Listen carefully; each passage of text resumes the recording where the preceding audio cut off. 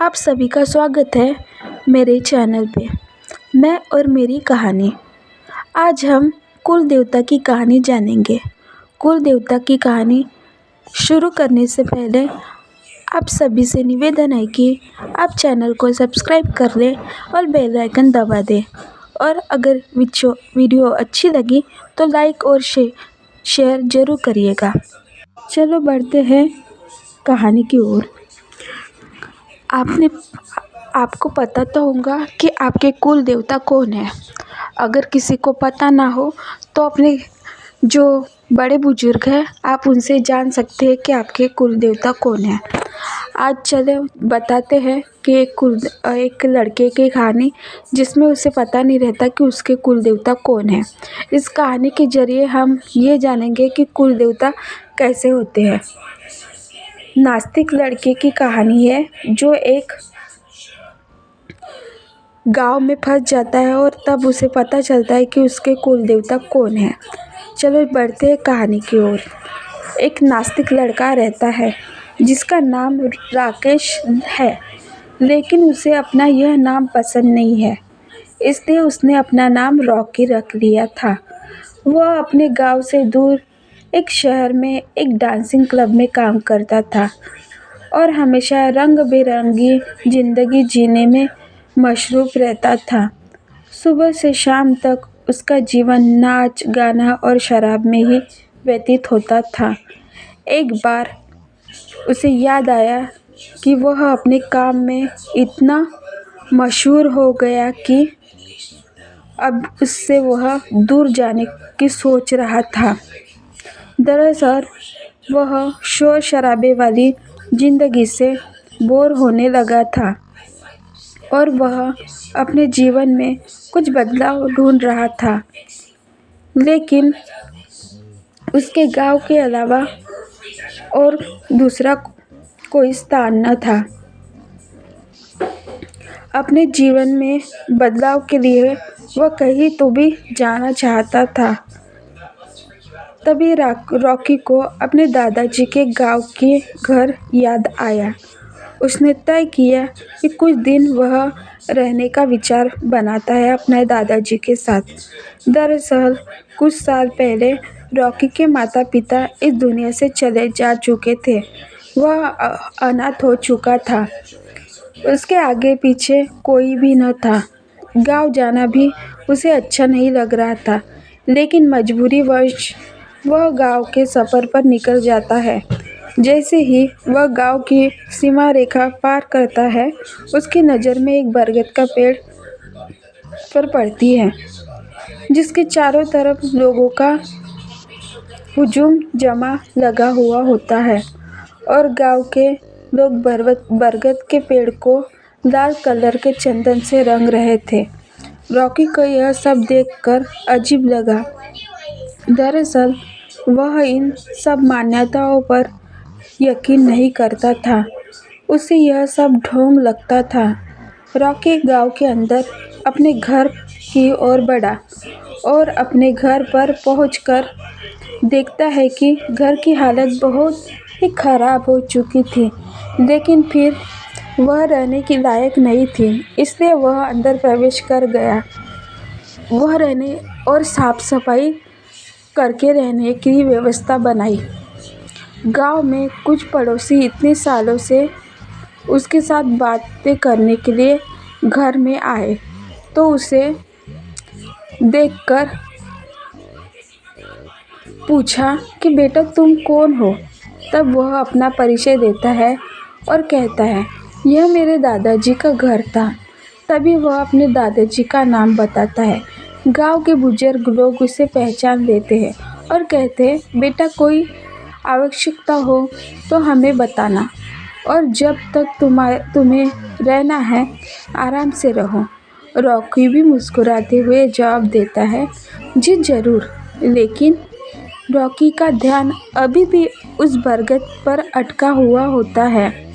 तभी रॉकी एक बुजुर्ग व्यक्ति के पास जाकर बरगद के पेड़ से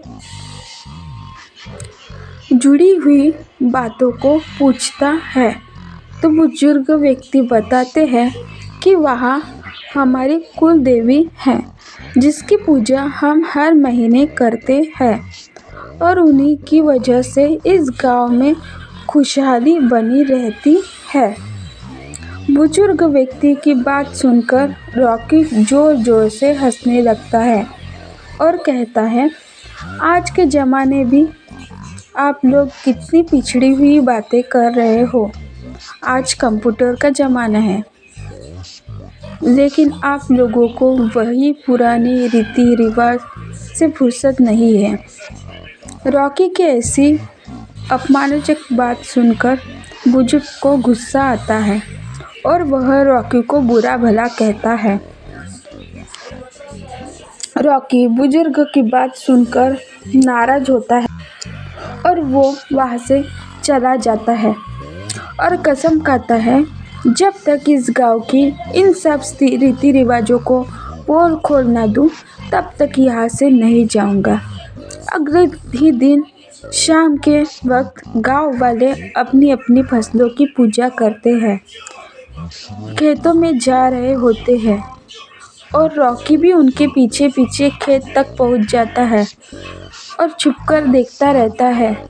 काफ़ी देर तक इंतज़ार करने के बाद गांव के लोग पूजा करके वापस चले जाते हैं, लेकिन रॉकी के दिमाग में विरोध का ज्वालामुखी फूट पड़ा था और वह अपनी बात को सच साबित करने के लिए कुछ भी करने को तैयार था। तभी वह खेतों के किनारे दिए जलते देखता है और उसके दिमाग में आता है, क्यों न खेतों में आग लगा दी जाए, फिर और उनकी फसलों की रक्षा करेगा कौन। अब देखता हूँ कि कैसे फसलें जलती है और इस फसलों को कौन बचाता है। अपनी बात को सच साबित करने के लिए रॉकी कुछ भी करने को तैयार था। तभी वह खेतों के किनारे दिए जलते देखता है और उसके दिमाग में आता है, क्यों न खेतों में आग लगा दी जाए, फिर कौन उन फसलों की रक्षा करेगा। अब देखता हूँ कौन सी कुलदेवी है जो ये बचाती है और इन्हें बचाने आती है। वह गांव वालों के खेतों में आग लगा देता है और देखते ही देखते आग बढ़ने लगती है और रॉकी गांव की तरफ तेजी से भागने लगता है ताकि उसे कोई देख ना सके।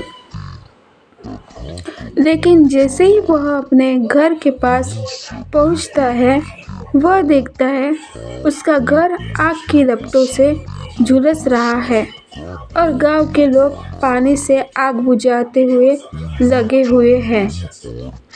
उसे कुछ समझ नहीं आता वह यह कैसे हुआ। तभी वह जाकर वहाँ के लोगों से हड़बड़ाते हुए पूछता है, आग लगी, यह आग कैसे लगी। तभी गांव के लोग बताते हैं, बेटा हम यहाँ बैठे थे, अचानक तुम्हारे घर के अंदर से धुआं निकलने लगा। हमें लगा तुम अंदर खाना बना रहे हो, लेकिन कुछ देर में तुम्हारे घर में आग पूरी तरह से फैल गई और हम सभी लोग इसे बुझाने का प्रयास करने लगे। लेकिन रॉकी को अपनी गलती का एहसास हो रहा था। उसे लगा कि अब गाँव वालों को मैं क्या कहूँगा। तभी अगले दिन एक किसान दौड़ता भागता आता है और कहता है, अरे चलो देखो, किसी ने हमारी फसलों में आग लगाने की कोशिश की।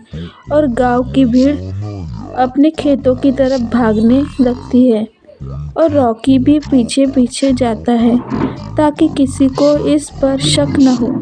लेकिन जैसे ही रॉकी खेत के पास जाता है तो खेत पहले की तरह ही हरा भरा रहता है और जो आग रॉकी ने लगाई वह केवल फसले के किनारे तक ही बढ़ी थी। रॉकी समझ चुका था, जरूर यह कुल देवता की महिमा है।